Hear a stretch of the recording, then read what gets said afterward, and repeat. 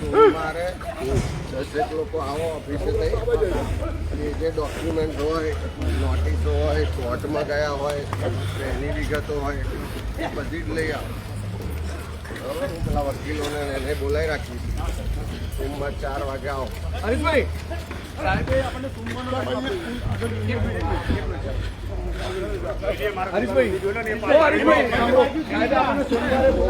4 વાગે તમે પીસીસી આવો. એના જોડે લડાઈ નથી, કોઈ આસાન લડાઈ નથી. આજે જે લડવા વાળા તમે છો, કઈ બેઠા છે, એ બધા સાચા અર્થમાં આજે બીજી આઝાદીની લડાઈ લડે છે. જેમ અંગ્રેજો સામે પણ ગાંધીજી, સરદાર સાહેબ, નહેરુજી, મૌલાના આઝાદ અને એમના નેતૃત્વમાં લડાઈ લડી, ત્યારે લડવા વાળા થોડા લોકો હતા.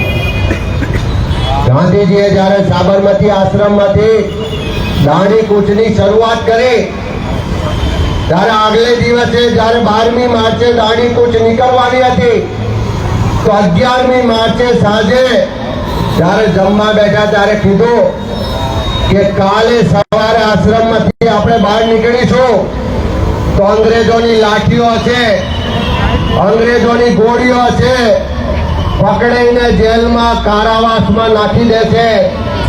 જેનામાં દેશ માટે લડવાની હિંમત હોય, જેણે લાઠીઓ, ગોળીઓ, જેલની પરવા કર્યા વગર ન્યાય, અધિકાર ને આઝાદી માટે લડવાની હિંમત હોય, એવા લોકો કાલે મારી જોડે આવજો.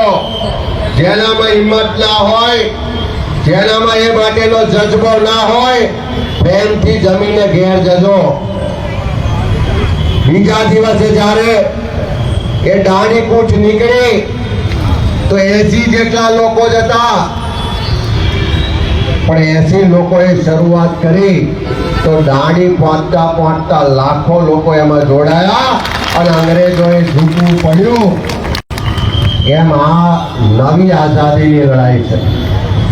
પહેલા ગોરા અંગ્રેજો હતા, આ કાળા અંગ્રેજો છે. પહેલા મહાત્મા ગાંધીજીએ નેતૃત્વ આપ્યું હતું, આજે રાહુલ ગાંધી નેતૃત્વ આપે છે. આ નવા અંગ્રેજો સામે લડવા માટે પણ જેને લડાઈમાં આવવું હોય, આ નવી આઝાદીની લડાઈમાં લડવૈયા થવું હોય તો મનમાં, દિલમાં જજ્બો હોય કે લાઠીઓ મળશે, ગોળીઓ વાગશે, જેલમાં જવું પડશે, સર્વસ્વ બલિદાન આપવું પડશે, એવી તૈયારી હોય એવા લોકો આ લડાઈમાં જોડાઈ શકશે. કાચા પોચા દિલના માણસોનું હવે આ લડાઈમાં કામ રહ્યું નથી. કેટલા લોકો જોડાવા તૈયાર છે? હાથ ઊંચા કરો તો જોરથી મારી સાથે બોલજો એકવાર. લડેંગે જીતેંગે, લડેંગે લડેંગે. ત્યારે હું તમને બધાને પ્રદેશ કોંગ્રેસ સમિતિ તરફથી એટલી ચોક્કસ ખાતરી આપું છું કે આ ગરીબોની લડાઈ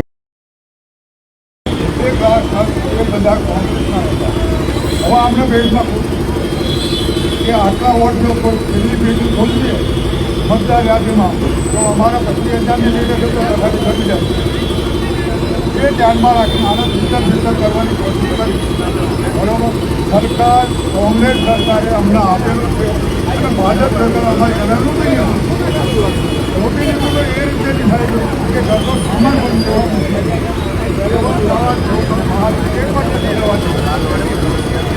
કોઈ નોટિસ નહીં. જાહેર રસ્તા પર શાસનની નોકરી નથી કે ભાઈ આટલા વિસ્તાર પડી જવાના. આ કોઈ નામ નહીં કે આ મકાન બન્યું.